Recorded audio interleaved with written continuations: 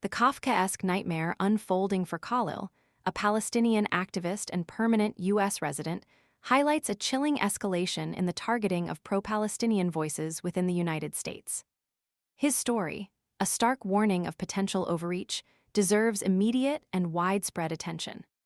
Khalil, a Columbia University graduate, was abducted from his New York apartment, in front of his 8 months pregnant American wife, Noor Abdallah, on a Saturday night.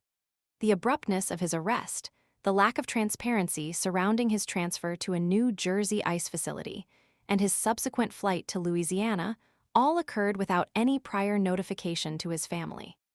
This clandestine operation reeks of a deliberate attempt to circumvent due process and potentially influence the outcome of his case. The government's subsequent legal maneuvering further fuels concerns about a politically motivated prosecution. They've filed documents seeking to either dismiss Khalil's habeas petition or transfer it to the Western District of Louisiana, a jurisdiction known for its pro-Republican leanings and a high probability of a Trump-appointed judge presiding over the case. This strategic move, disguised under the guise of jurisdictional arguments, raises serious questions about the fairness and impartiality of the process. Their claim that New York courts lack authority is demonstrably dubious given the circumstances of his arrest and detention within New York's jurisdiction. This alarming incident coincides with revelations of a new State Department program dubbed Catch and Revoke. This program, as reported by Axios, utilizes AI to scour news articles and social media posts of approximately 100,000 foreign students, focusing on those expressing pro-Palestinian sentiments since October 7, 2023.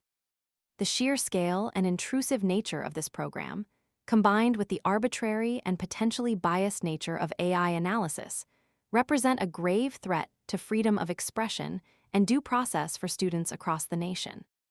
The government's justification for Khalil's potential deportation, as stated in his notice to appear, is particularly troubling. They claim his presence is detrimental to U.S. foreign policy efforts to combat antisemitism, equating pro-Palestinian activism with antisemitism.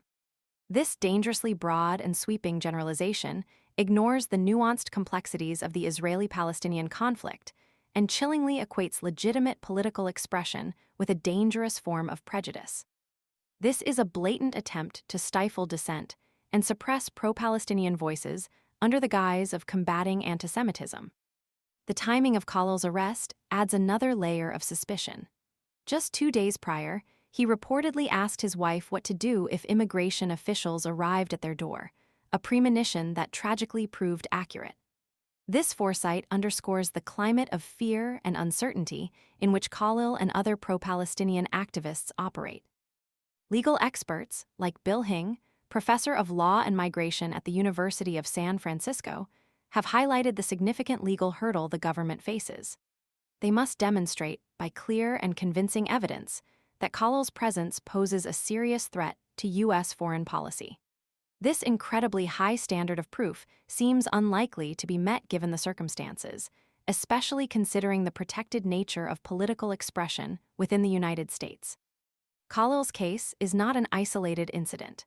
It's a chilling example of the escalating crackdown on pro-Palestinian activism in the U.S., utilizing sophisticated surveillance technology, questionable legal maneuvering, and a disturbingly broad definition of what constitutes a threat to national security.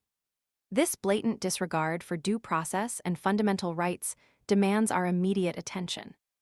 The international community, human rights organizations, and concerned citizens must unite to demand justice for Khalil and to prevent further abuses of power.